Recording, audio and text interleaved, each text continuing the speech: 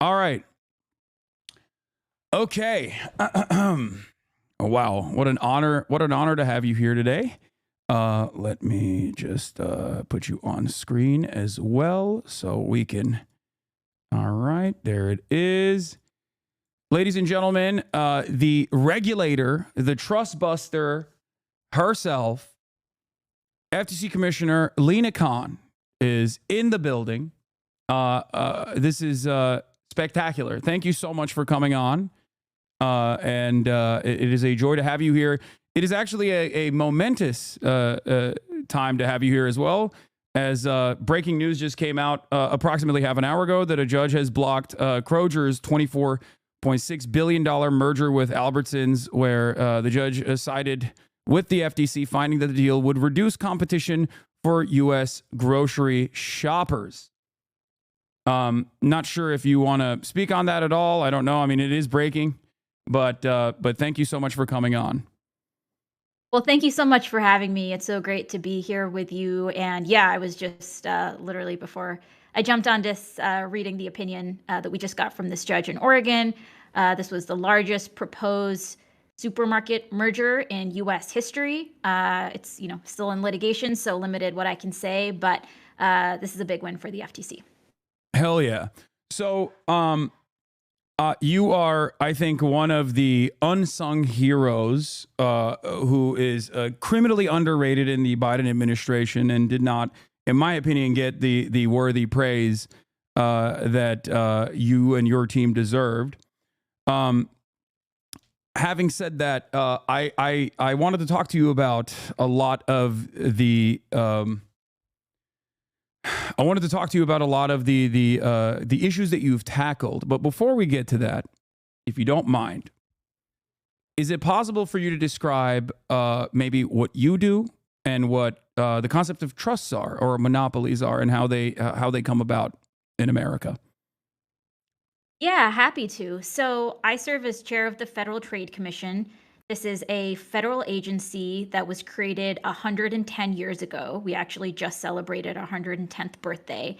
And the agency was created basically against the backdrop of the robber barons, right? The industrial trusts. So think like the meat trust, the steel trust, the oil trust. And basically what had happened was we'd had the Industrial Revolution, all of these great technological advances, these new technologies, but simultaneously a lot of concentration of power in the hands of a relatively few number of individuals and firms. At that time, the way that these monopolies were organized as businesses were kind of trusts, hence antitrust, hence trust busting. But the basic idea was really one that goes back to all the way to the founding, which was if what we care about is Americans being free and having real liberty and not having to worry about the arbitrary exercise of power, you need to have safeguards against the state. And our Constitution does that in terms of checks and balances. But you also need to have safeguards against tyrants of trade, as they were called, as of private monopolies, because you need to safeguard against concentration of private power as well. Because, the way people experience freedom in their day-to-day lives is less through interacting on an ongoing daily basis with their government representative, but is through all of these commercial interactions and transactions and economic relationships. And so if you allow bullying and coercion to be okay in our economic realm, that's really going to undermine people's experience of freedom and liberty, right? And so the principles of antitrust and anti-monopoly are actually foundational to our country as a democracy. So that's kind of the original vision. Our agency is small. We're like 1,300 people, but we have oversight across the entire economy. We have a fantastic team. Under this administration, we've really been trying to reinvigorate how the agency enforces the law, uses its tools, and really turn the page on a approach since the Reagan years that had assumed that kind of big is always better and that somehow monopolies are going to deliver lower prices and be better for us. And I think we're just living with reams of reality that contradict that, and so we need to update how we enforce the law too. Can we talk about that a little bit, because I feel like this is directly against the normal understanding of trust, both universally in other OECD nations, but also specifically in America, throughout American history. The notion that I think the American conceptualization of monopolies and whether they are worthy of scrutiny or whether they're worthy of being busted, right, is entirely dependent on the consumer impact, right? I feel like this is different than just fundamentally how monopolies or oligopolies occur. That as long as the prices are low, as long as the prices are kept low, or at least if they like consistently increase but only marginally year over year, that these monopolies should not be touched and are not worthy of any scrutiny whatsoever. Would you say that that is different than the attitude demonstrated by other countries? I mean, the United States is kind of a leader in antitrust and anti-monopoly, and a lot of other countries have kind of adopted their laws, in more recent decades. And the U.S. has actually had an important role in influencing how other countries have done things. And it was really interesting when I came into this role and started interacting more with international enforcers. They were kind of taken aback because for decades now, US enforcers had kind of been chiding other countries and saying, hey, you got to be nicer to your monopolies.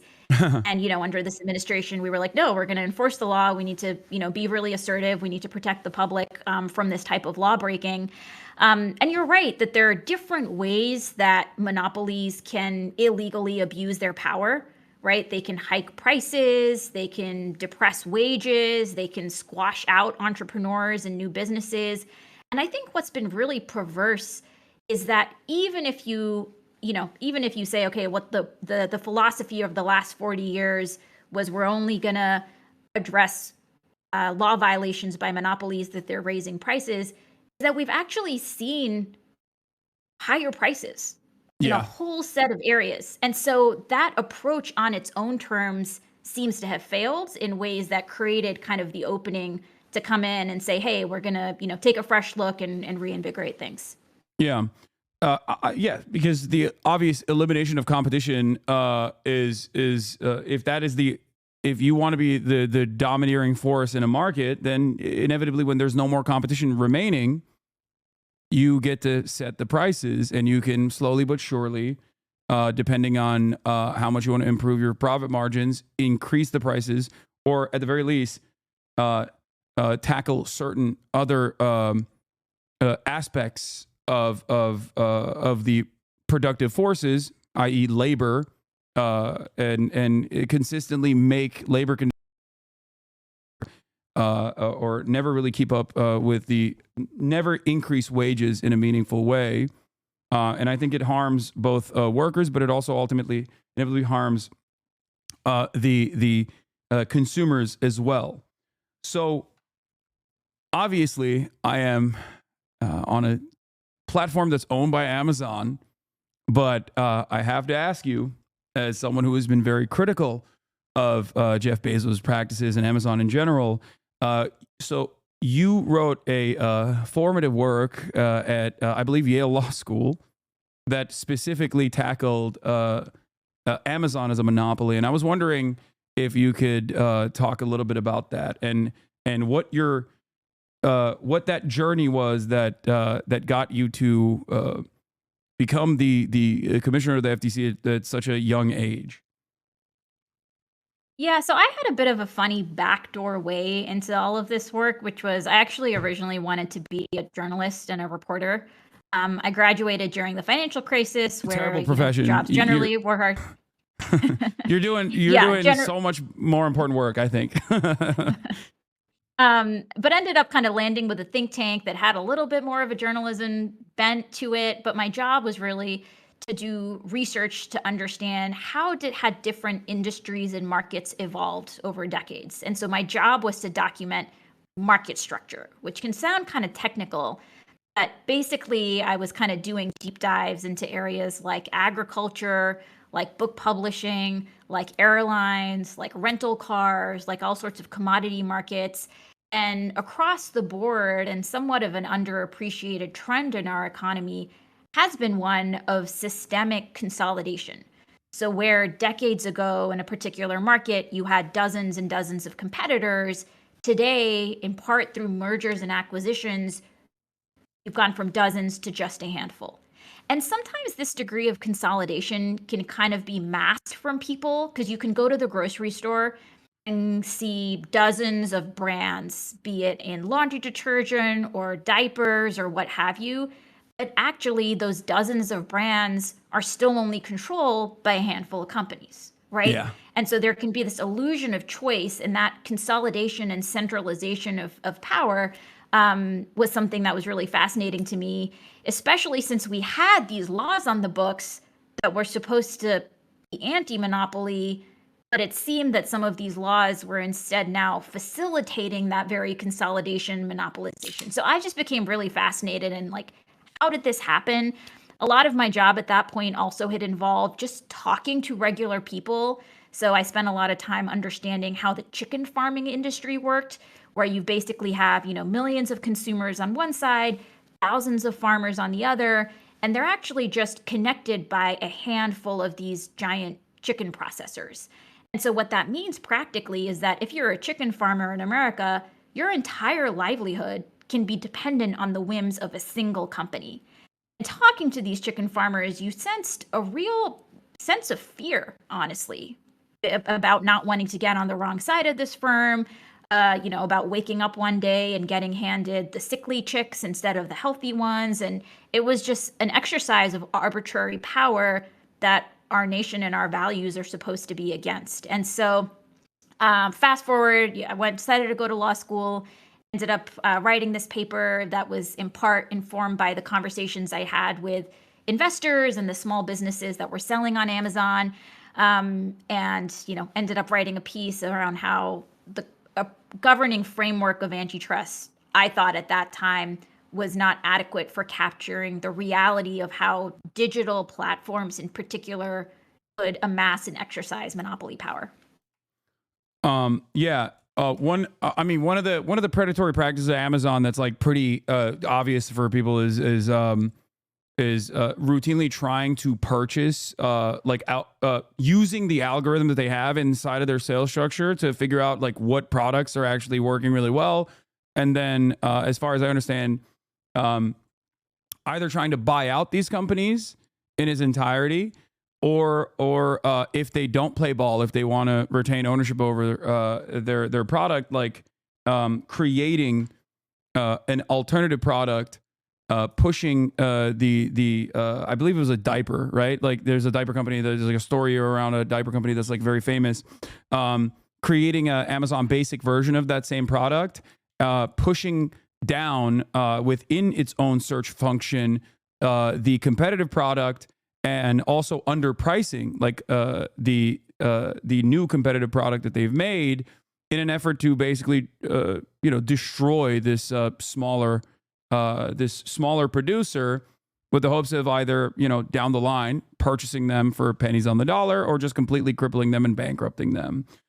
This practice of undercutting, I think, is commonplace in virtually every aspect of American industry, from Walmart coming into underserved neighborhoods and closing up shops, the mom and pop shops in general, and then when there's no more profit to be squeezed out in these underserved neighborhoods, like just closing up shop and leaving entirely, leaving places like West Virginia, for example, without any sort of grocery chain that they can rely on. And it's a pretty damaging practice, but it's oftentimes sheltered.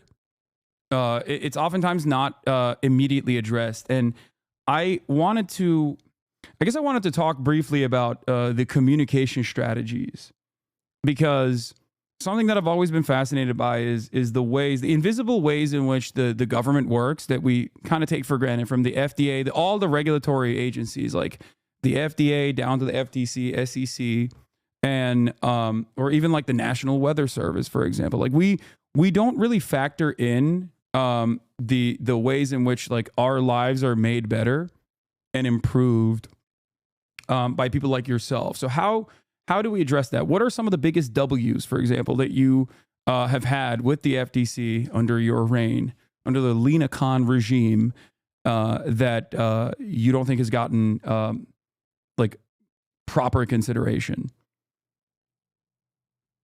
Yeah, I mean, look, it's been a thrilling, 3.5 years, and I've been really fortunate to have a fantastic team at the agency. And honestly, we have delivered W after W for the American people. Yeah. We took on patenting abuse, where we found that inhalers have been around for decades, but Americans are still paying hundreds of dollars for them, and generics have not been able to come into the market as much.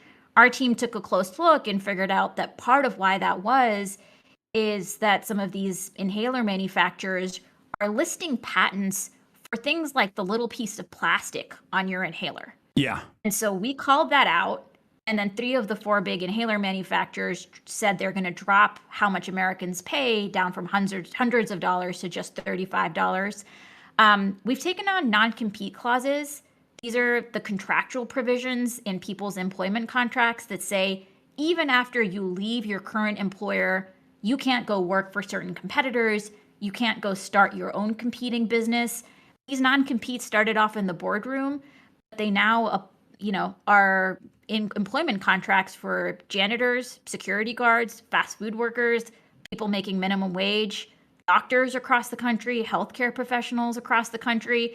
And so we've taken on these coercive contracts. We passed a rule that would eliminate them. We've taken law enforcement action, resulting in thousands of non-competes being dropped. We're also just taking on some of the daily indignities that people experience. It can feel like just being a consumer in America today just does involve all of these small obstacles and barriers that really grate on you. Just to give you a few examples, we finalized a rule that would require companies make it as easy to cancel a subscription as it is to sign up for one, because we've seen that as more and more companies are switching to service-based revenue and subscriptions, they have an incentive to make it super easy to sign up and then absurdly difficult to cancel. And we've brought lawsuits, including against Amazon, against Adobe, against a whole set of companies that deliberately thwarted people being able to cancel. And this means that these companies are taking tens, if not hundreds of dollars from people a month for subscriptions that they no longer want, right? And nobody should be stuck paying for a service that they want to exit. We've also been putting money back in people's pockets.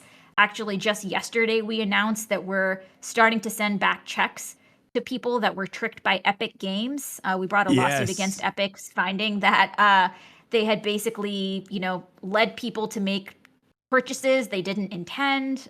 Kids were racking up, hundreds of thousands of dollars in charges.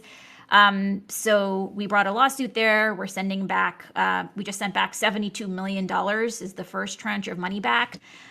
We've been going after data brokers, which surveil Americans and collect all sorts of sensitive data, like your medical history, your precise geolocation, your browsing history, making sure that there are some kind of rules of the road there and how this sensitive data gets used, and making sure it's not exploited. So, we've done that. We've taken action across healthcare markets, across grocery markets, wanting to make sure that our markets are fair and open and competitive. I mean, yeah, that's that's a W after W.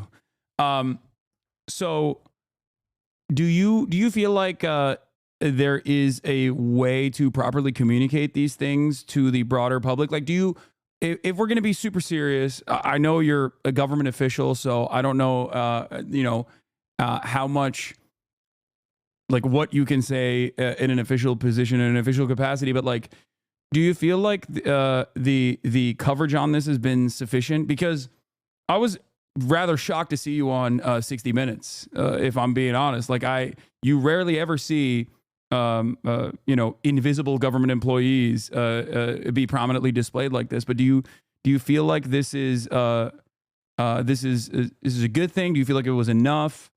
Should there be more of it? These are the questions I have for you. Yeah, Yeah, look, I made it a priority to really engage broadly with kind of media across the, entire landscape.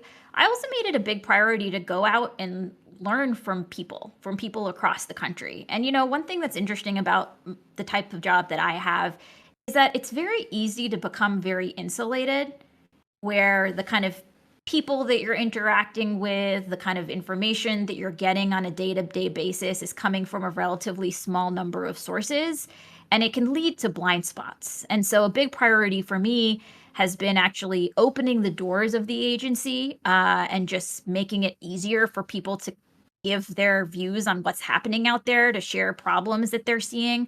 So, we started doing these regular open commission meetings where anybody in America can come and talk to me and my four colleagues as commissioners, tell us what they're seeing. We have, franchisees come, people who drive for ride sharing companies. We've heard from people who have lost family members who were rationing insulin because it's so expensive. We've heard from people who have kids are suffering from abuse on social media. I mean, just like the full landscape. And we've also done listening sessions across the country. So we've gone to places like Baraboo, Wisconsin, and we went to Colorado to listen to farmers. We went to Kansas City to listen to independent pharmacists. We've really just traveled the entire country to make sure we are just getting out of the bit of the Beltway bubble and trying to make sure we're hearing directly from people about the economic challenges they face, and then also use those opportunities to tell them, here are the tools we have, here's what we're doing. And I think one thing that's really important here is one one pathology that you can see sometimes in economic policy making is a lot of reliance on certain types of models and theories and assumptions that can become somewhat divorced and detached from economic reality, right? I mean, we saw that during the financial crisis, but I think we've seen that at various points since. And so, getting out there and hearing from regular people and making sure we're using that to inform our understanding of what's happening is also a good antidote to, again, making sure we just know what is the economic reality rather than just relying on some of these filters. Um, you've also utilized the Copyright Office to tackle the age old problem with not only right to repair, which spans across many other key sectors, something that farmers have been advocating for consistently with like John Deere tractors and whatnot, but also with McDonald's franchisees that now have the right to repair their own ice cream machines due to your comment that you filed in support of this change. I feel like these are very meaningful. They're small but very meaningful ways in which you are working to change people's lives. Now, I guess the question I have is, it seems like we have a new administration coming in, the Trump administration.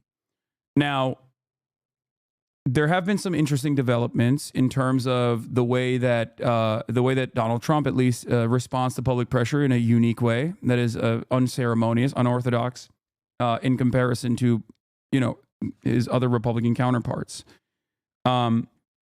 Are there things that Biden could do to, at least from what I understand, there is a thing that Biden could do right now to extend the amount of time you have as the head of this agency, given your a very popular track record so far and all of the meaningful ways that you have helped regular American citizens. Do you feel like there is an extension process that could possibly happen? I know this is a little bit of a difficult question to answer, but are you at liberty to discuss certain things or at least like speculate on it? Or is that too inappropriate to ask? Look, I mean, the president always has the chance to nominate whoever they want, and if the Senate wants to take that up, they can do that. Time is short, and they're kind of focused on getting through set of people who've already been nominated. But I defer to the president and the Senate on what they choose to do there. I can't speculate about what's going to happen in the future, but we're just focused on using all of the time we have right now to get as much out of the door where we think if there are law violations, we want to bring lawsuits to make that clear. If there are rules that we think would address, persistent problems, be it on things like junk fees or privacy abuses for kids, we're focused on using the time we have to get those improvements. Yeah. There are some unique supporters of yours within the Republican caucus as well, which is why I was wondering. You have, I believe, even Josh Hawley, who has stated, or other Republican politicians that have stated their support for some of the actions that you've taken. And I was wondering if there's any veracity to that. If there's any, you are popular in a bipartisan manner, it seems. Even though there are certainly, there were certainly some fissures, even with the way that I guess the Harris campaign was communicating, given some of their corporate benefactors. This is not what you're saying. This is what I'm saying. This is my assessment of the situation. So I guess you have a limited time frame that you can operate in, at least all things considered at this point. And you're using that time, that valuable time that you have to continue fighting the good fight. Is there? I guess the question is there any? Is there any? How do I ask this? Is there any honesty to the ways in which the Republicans have communicated that they like you, the Republican politicians? Have you had any conversations with Republican politicians that say that have given you assurances? In terms of maintaining your position as the commissioner of the FTC? I'll just say generally, in this job, I've gotten the chance to interact and engage with and meet with senators and members of Congress from both parties. And taking on monopolies that are abusing their power is not a left issue. It's not a right issue. It's an American issue, right? And Yeah. when we went around the country, honestly, I would meet with people who would say things like, I've been a lifelong Republican, and let me tell you, your work to eliminate non-competes is the best thing government has done in my entire life. Right? I mean, the level of cross-partisan support that we have gotten for our work, I think, is truly off the charts. And you see that sometimes reflected in how members of Congress are engaging with the FTC. I hear from a lot of members that are very worried, especially those that represent rural districts in red states, about how Main Street is just getting decimated. And so you have independent groceries, independent pharmacies getting pushed out of business, not because their communities don't love them and depend on them and frequent them, but potentially because of illegal business practices somewhere else in the supply chain.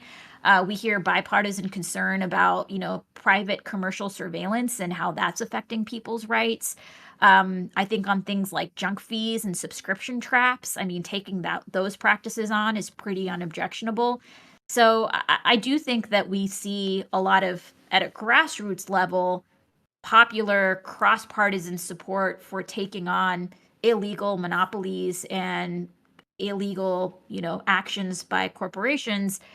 I think what you see going forward, we're just going to have to wait and see in terms of, what a future administration decides to do in terms of continuing some of this work or trying to reverse it. Yeah, that's amazing. So one of the areas of interest for you has also been healthcare, and I was wondering if you have any initiatives lined up for that as well. If you want to speak on that. Seemingly, this is a point of concern for a lot of Americans that are, I guess, experiencing the many different awful aspects of for-profit healthcare in general, and the ways in which a lot of these healthcare providers have utilized the exact same vertical and horizontal integration to drive up costs and to offer inadequate care. And engage in some of these other illegal business practices. Yeah, healthcare has been one of the top priorities during my time at the commission, just because, this is not discretionary purchase for people. Like, this is oftentimes life or death in some of people's scariest moments. So there are a few aspects of our work here. One is we've been taking on hospital mergers.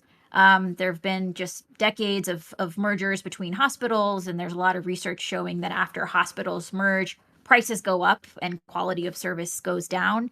It also can contribute to things like hospital deserts, especially in rural parts of the country. Yeah. We've also been focused on this issue of private equity coming into healthcare, where you have these, New York-based private equity firms that will come in and do these things called roll-ups, where they kind of buy series by series these whole set of smaller, say, anesthesiology practices or other firms that in the aggregate has rolled up and consolidated the whole market. So we brought a lawsuit last year against one of these private equity roll-ups that happened in the anesthesiology market, where this company came in, rolled up these anesthesiology providers, and then jacked up the prices. That was something that had been a bit more under the radar, and we've kind of shed more of a light on it. We're also looking just more generally at what are the drivers of higher drug prices for people, right? I mean, we know as a country, we spend more on healthcare and get worse outcomes, and people are paying more, especially for drugs that cost a fraction somewhere else. So I mentioned what we're doing in terms of scouring for patent abuse. And so what we did for inhalers, we've also now trying to do for EpiPens and things like Ozempic. We also have a lawsuit right now that's alleging that there were illegal business practices that led to inflated prices for insulin. So that's a litigation that's ongoing. But I think absolutely, I mean, interrogating whether corporate law breaking is driving up healthcare costs for Americans is absolutely something that needs to still be a priority for government. It seems that in 1995 there were 60 leading pharmaceutical companies, but mergers since then have reduced that number to just 10, and it seems that mergers are continuing.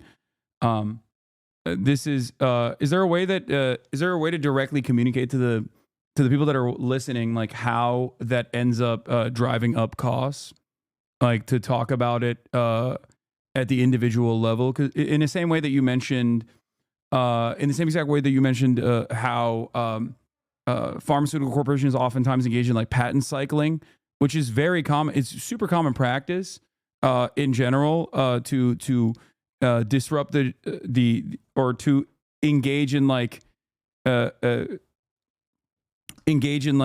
patent ownership over an extended period of time. Is there some way to talk about that specifically with pharmaceutical mergers? Yeah, happy to. And I'll give you a specific example in terms of a case we brought. So we brought a case last year looking to block the merger of these two companies called Sanofi and Maze. And Sanofi at that time had a monopoly on the drug for something called Pompe disease, which is this really awful kind of muscle degeneration disease where people need medicines, and those medicines can be very expensive. And so Sanofi had a monopoly on that. Maze was this newer company that was in the process of developing a different treatment for Pompe disease. And this other treatment could, if it got to market, be a game changer because Sanofi's drug, you basically have to go get an IV biweekly. And Maze's drug, people could have just taken orally as a medicine, right? And so if you're somebody that has this disease, this new medicine could really improve your life dramatically. Sanofi was trying to buy up Maze. And we worried that because Sanofi is already making a lot of money through its existing drug, if they were allowed to go out and buy this upstart, they would not necessarily have the incentive to make sure that that new drug makes it onto market, because if it did, it would start cannibalizing sales from their existing blockbuster monopoly drug. We brought a lawsuit that says Sanofi, you're buying Maze would violate the antitrust laws. They ended up walking away and Maze ended up partnering with some other company. But that's just a specific example of how, the basic philosophy underlying antitrust laws is that competition between businesses, it's what can contribute to the best outcome, right? Because if you have the monopoly company still having to look over its shoulder and say, hey, am I about to get lapped by this other guy?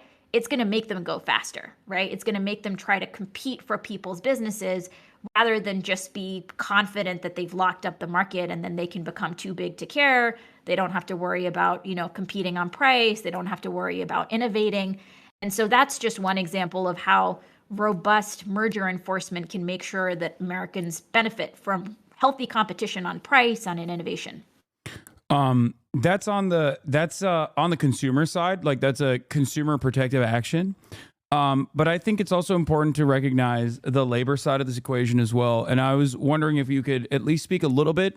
I know the decision just came down on the Kroger. Sorry, I always call it Kroger. $24.6 billion merger with Albertsons.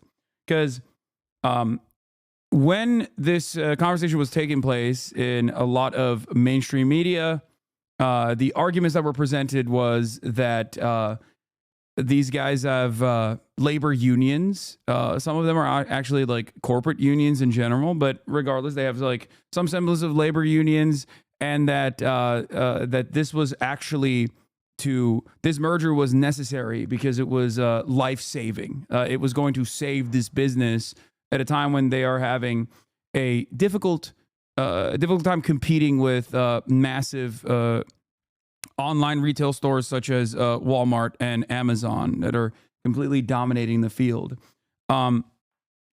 What this decision being blocked, what kind of labor protections does that offer to people that are working at these corporations?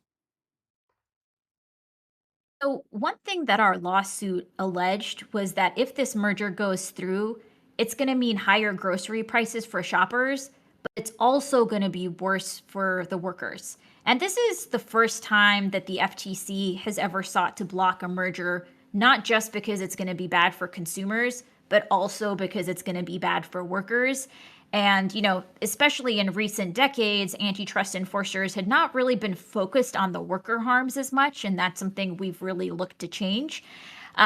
So the complaint lays out how previously, when there has been competition between Kroger and Albertsons, that the workers at each store were able to use that competition as leverage when they were trying to bargain.